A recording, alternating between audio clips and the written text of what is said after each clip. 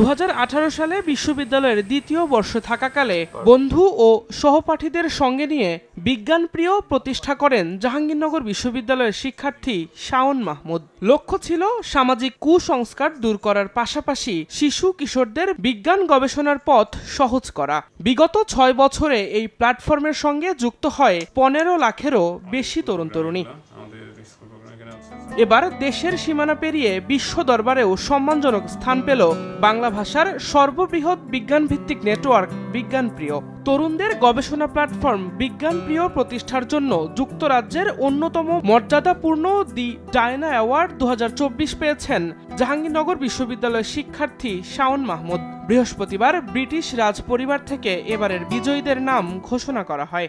Diana award অত্যন্ত সম্মানিত একটি অ্যাওয়ার্ড আমাদের তরুণ তরুণীদের জন্য যারা সমাজ কল্যাণে কাজ করছে। এবছর আমি পুরস্কারটি পেয়েছি ডিজিটাল বিজ্ঞান শিক্ষায় বিশেষ অবদানের জন্য। তরুণ এবং শিশুদের মাঝে গবেষণা ভিত্তিক বিজ্ঞানকে প্রমোট করতে এবং বিজ্ঞানের যে ভুল ধারণাগুলো রয়েছে, যে সুডো সায়েন্স রয়েছে, সেগুলো প্রতিরোধে আমরা কাজ করে যাচ্ছি।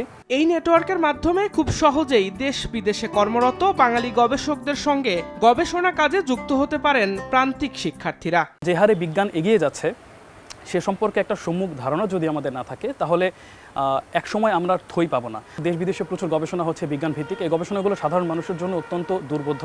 এই গবেষণাগুলোকে সহজ ভাষায় মানুষের মধ্যে পৌঁছে দেওয়ার জন্য আমরা ওই পরিকল্পনা নিয়ে আমরা কাজ শুরু করেছিলাম। এই তরুণের স্বপ্ন, দেশে পর্যাপ্ত গবেষণা কেন্দ্রিক কর্মসংস্থান তৈরি করতে পারলে দেশের প্রযুক্তি খাতে ব্যাপক উন্নয়নের পাশাপাশি মেধা পাচার বন্ধ হবে। বিজ্ঞানপ্রিয় এভাবেই এই প্রয়াসে কাজ করে যাচ্ছে, যাতে আমরা আমাদের হাত ধরে অসংখ্য গবেষক তৈরি হতে পারে এবং এই গবেষকগুলো দেশের বর্ডার অতিক্রম করে যাতে না যায়, বাংলাদেশের থেকেই যাতে তারা সুযোগ সুবিধা পায় পর্যাপ্ত। যুক্তরাজ্যের বর্তমান রাজা তৃতীয় চার্লসের প্রয়াত স্ত্রী ডায়নার স্মরণে বিশ্বব্যাপী সমাজসেবায় নিয়োজিত 10 থেকে 25 বছর বয়সী তরুণদের প্রতি বছর সম্মানজনক এ পুরস্কারটি দেয় ব্রিটেনের রাজ পরিবার। দিন মোহাম্মদ সাব্বির, সময় সংবাদ, ঢাকা।